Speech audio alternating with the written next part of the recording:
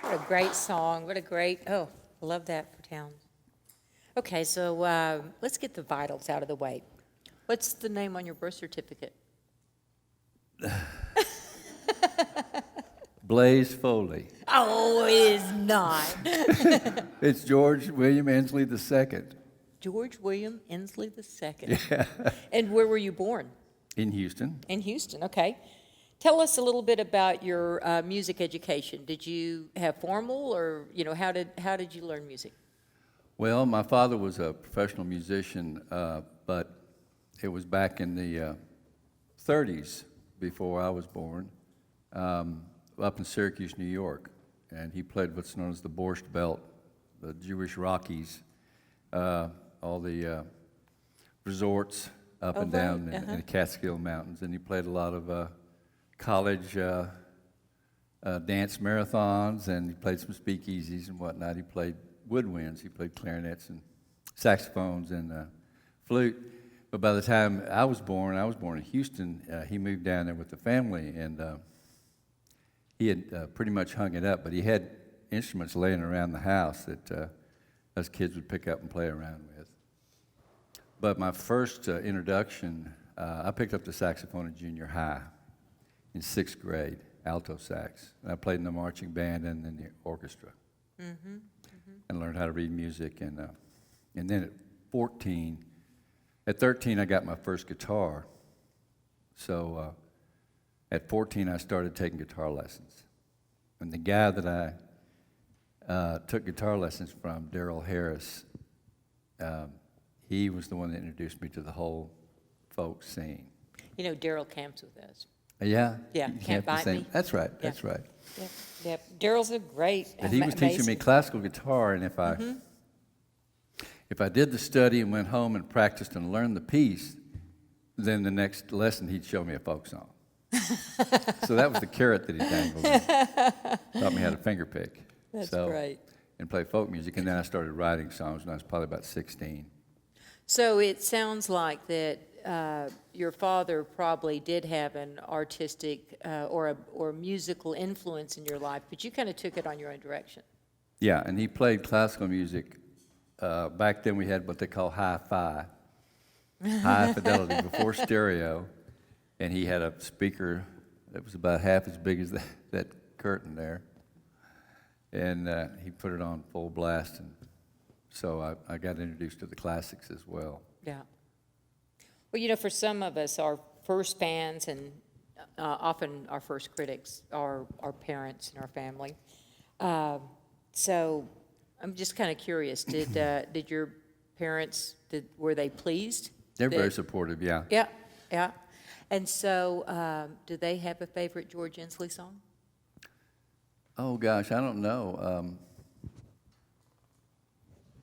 The one that's a good question.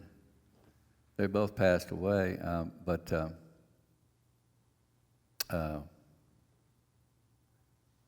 I don't know. That's a good question. They were pretty supportive of everything I did, Mm-hmm. Did you ever write a song about them? Yeah, I wrote one for both of them, actually. Would you mind playing one of those? No, I don't mind. Let's see. We'll do the one I wrote for my dad. I wrote two for him, actually, but this one.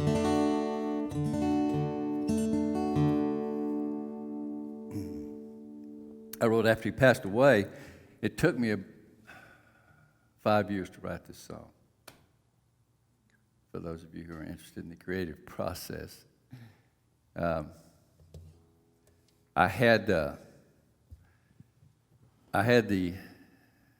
what I call the laundry list. I had all these ideas, that I wanted to touch on, and the way I describe songwriting is it's a lot of times it's like this big hopper where you put all these ideas in, but it needs to be wound up down here through the distilling process and editing process, and the creative process. So it took me 5 years before I actually, and I set it aside for a while. I didn't work on it constantly for 5 years. But I actually went to a workshop that Steve Seskin and Alan Shamblin, the only songwriting workshop I ever went to, they were hosting it. And the reason I went to it was because I wanted to meet the men that wrote Don't Laugh at Me. And after I went to that workshop, I got some insight and went home and finished the song. Here's me standing up at bat in my first Little League game. Before I lost it when I struck out, dropped my head in shame. But on that long ride home, you said I didn't really lose, because I went down swinging and made no excuse. Here's me standing on your shoulders, working up the nerve to dive off into the deep end. Tears welling up inside, but I made it when you told me those words every child should know. You said I might turn you loose, but I'll never let you go. Saving me, you've been saving me in this album by your bed, filled with pictures of me growing up and the ways that I've been blessed with your little words of wisdom for my little cries for help that saved me from a scary world and saved me from myself.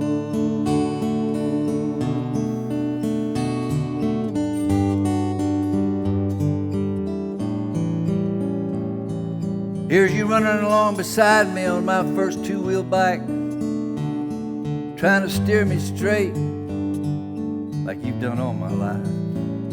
You said it's not about the falling down, it's the climbing back on.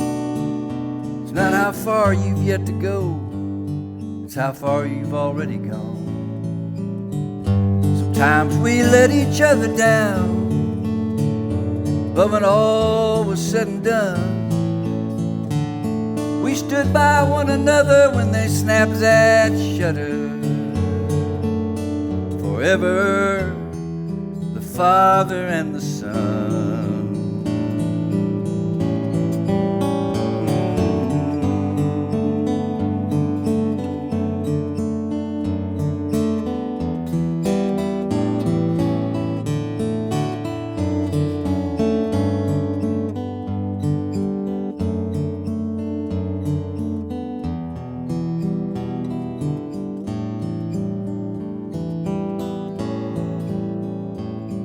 Now I know you might not understand all I'm saying in this song,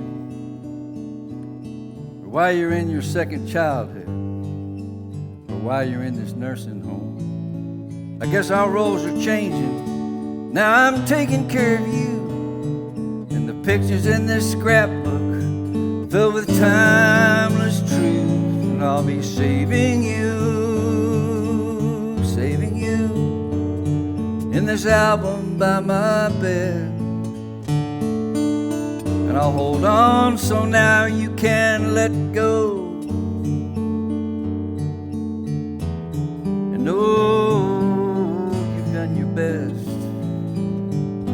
And I'll pray for words of wisdom for your little cries for help, to save you from a scary world, save you from yourself.